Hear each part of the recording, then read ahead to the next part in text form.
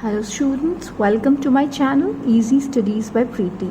Today we are going to start the second chapter of class 10th economics, that is sectors of the Indian economy. Before starting this chapter, if you have yet not subscribed to my channel, subscribe to it in order to get information about my upcoming videos. So today we are going to discuss about the sectors of Indian economy. अब जो when we are talking about the sectors of Indian economy, the sectors have been classified according to the activities into three classifications, that is the primary sector, the secondary and the tertiary sector. जब हम लोग यहाँ पे sectors के division की बात करते हैं तो हम मोटे तौर पे क्या देखते हैं कि इनको इकोनॉमिक एक्टिविटीज़ के बेसिस पे प्राइमरी, सेकेंडरी और टर्शियरी में डिवाइड किया गया है. फर्दर हम स्टडी करेंगे कि क्वाटनरी और क्विनरी एक सेक्टर भी है, जहाँ पे हम क्वाटनरी में आईटी स्किल्स की बात करते हैं, वहाँ हम क्विनरी में हाई थिंकिंग स्किल्स की बात करते हैं. अब जब हम लोग एक प्रिसाइज डेफिनेशन की बात करते हैं इंडियन सेक्टर्स की, तो we can say that it defines a large segment of the economy in which businesses share the same or related product or service. अब यहाँ पे ये क्या बात की गई है कि when we are talking about the segment means we are talking about the sector, it refers to a large segment of the economy in which the businesses they are share same or a related product or service. अब हम लोग बात करते हैं primary sector की. जब हम लोग प्राइमरी सेक्टर की बात करते हैं तो ये जो हमारा सेक्टर होता है it is very near to the nature. यहाँ पे क्या होता है कि जो गुड्स जो भी प्रोड्यूस होते हैं वो नेचुरल रिसोर्सेज को एक्सट्रैक्शन और उनकी कलेक्शन से वो गुड्स प्रोड्यूस होते हैं, इसलिए इसको हम प्राइमरी सेक्टर भी बोलते हैं. इसमें we can take the example of farming, fishing and mining. फिर हम लोग बात करते हैं सेकेंडरी सेक्टर की, जिसको हम इंडस्ट्रियल सेक्टर भी बोलते हैं.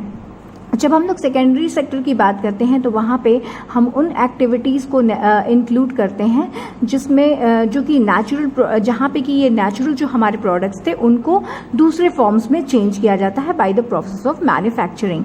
तो we can say that it is the next step after primary and some manufacturing processes are required here. जैसे कि हम लोग एग्जाम्पल ले सकते हैं कि कॉटन को यूज़ किया हमने फाइबर को बनाने के लिए, फिर further we spin the yarn and weave the cloth. Then we can take the example of sugar cane. Sugar cane क्या है? रॉ मटेरियल है, फिर उससे गुड़ बनाया जाता है. सिमिलरली रॉ मैंगोज को हम लेते हैं, कंसिडर करते हैं, जिनसे कि पिकल्स बनाए जाते हैं. फिर हम लोग जब टर्शियरी सेक्टर की बात करते हैं तो इसमें हम सर्विस सेक्टर की बात कर रहे हैं. हमने और दोनों सेक्टर्स में क्या देखा कि वहाँ पे हमने प्रोडक्शन की बात की, लेकिन जब हम लोग टर्शियरी सेक्टर की बात करते हैं तो हम यहाँ पे उन एक्टिविटीज़ की बात करते हैं जो कि हेल्प करती हैं प्राइमरी और सेकेंडरी सेक्टर्स के डेवलपमेंट में. अब इनमें वो एक्टिविटीज़ आ जाती हैं जो प्राइमरी और सेकेंडरी सेक्टर के डेवलपमेंट में हेल्प करती हैं. जैसे कि ये जो सेक्टर है ये खुद तो गुड्स प्रोड्यूस नहीं करता है, but it is like a aid और support for the production process to the other two sectors. इसको हम इसलिए सर्विस सेक्टर भी बोलते हैं. जैसे कि एग्जाम्पल में हम टीचर्स, डॉक्टर्स को ले रहे हैं. जैसे कि if I am rendering my services, I am taking something from you, that is service. आप एक डॉक्टर के पास जा रहे हो ट्रीटमेंट के लिए, बदले में आप उसको पे कर रहे हो, दैट इज सर्विस. तो all the working things they come in this thing service sector.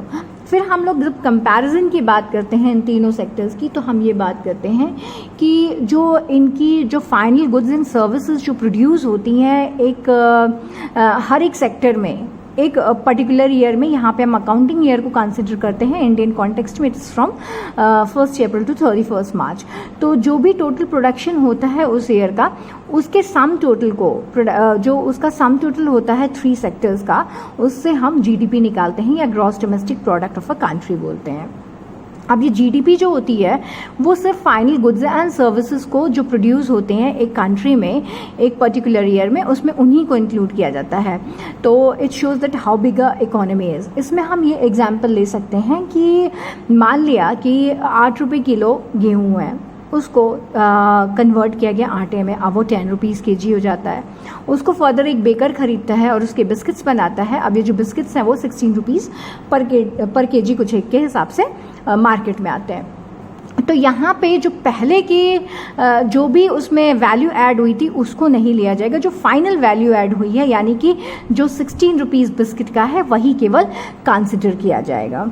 ठीक है, तो इंडिया में जो जीडीपी को मेजर करने का टास्क है, it is undertaken by a central ministry.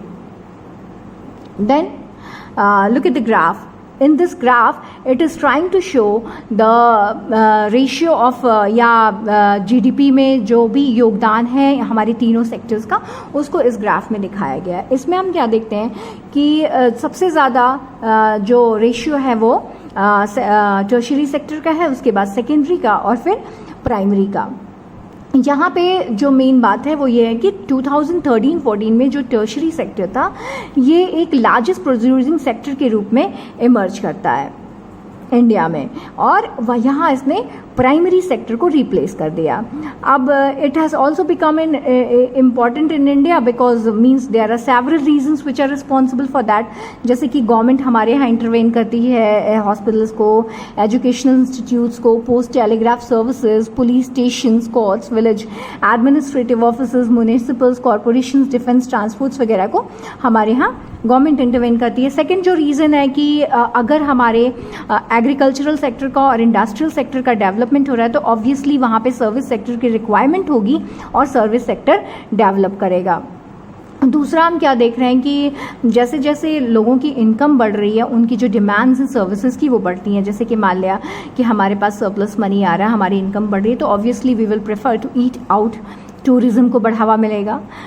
हम गवर्नमेंट हॉस्पिटल्स की जगह प्राइवेट हॉस्पिटल्स को प्रेफर करेंगे, प्राइवेट स्कूल्स को प्रेफर करेंगे, और यहाँ पे प्रोफेशनल ट्रेनिंग्स की बात की गई है। फिर पिछले कुछ 10 सालों में क्या देखा गया है कि कुछ एक सर्विसेज जैसे इंफॉर्मेशन एंड कम्युनिकेशन टेक्नोलॉजी भी काफ़ी इम्पॉर्टेंट और इसेंशियल हो गई हैं।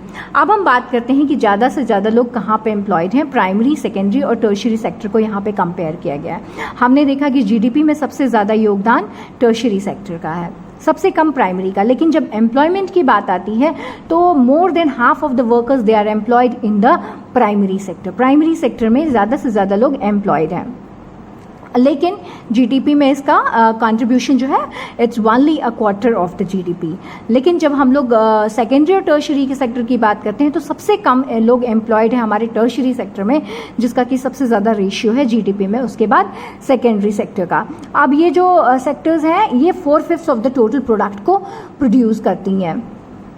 अब हम लोग बात करते हैं कि एम्प्लॉयमेंट कैसे जनरेट की जा सकती है या एम्प्लॉयमेंट कैसे क्रिएट की जा सकती है।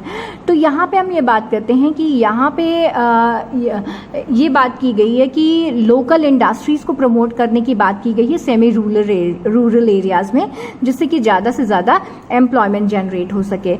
हर एक स्टेट और रीजन में क्या है कि पोटेंशियल है for increasing the income and employment for people in that area. अब टूरिज़्म को बढ़ावा देके किया जा सकता है, रीजनल क्राफ्ट इंडस्ट्रीज़ को बढ़ावा देके किया जा सकता है, या आईटी सर्विसेज को बढ़ावा देके किया जा सकता है। और जैसा कि नीति आयोग या planning commission which is now known as NITI Aayog, इसने एक एस्टिमेट किया था, उसने एक स्टडी कंडक्ट की थी, उसमें ये एस्टिमेट किया गया कि nearly 20 lakh jobs they can be created in the educational sector alone, यानी कि एजुकेशनल सेक्टर में 20 लाख जॉब्स क्रिएट किया जा सकते हैं। अब इसके लिए गवर्नमेंट ने कुछ प्रोग्राम्स भी लाए एम्प्लॉयमेंट को जनरेट करने के लिए।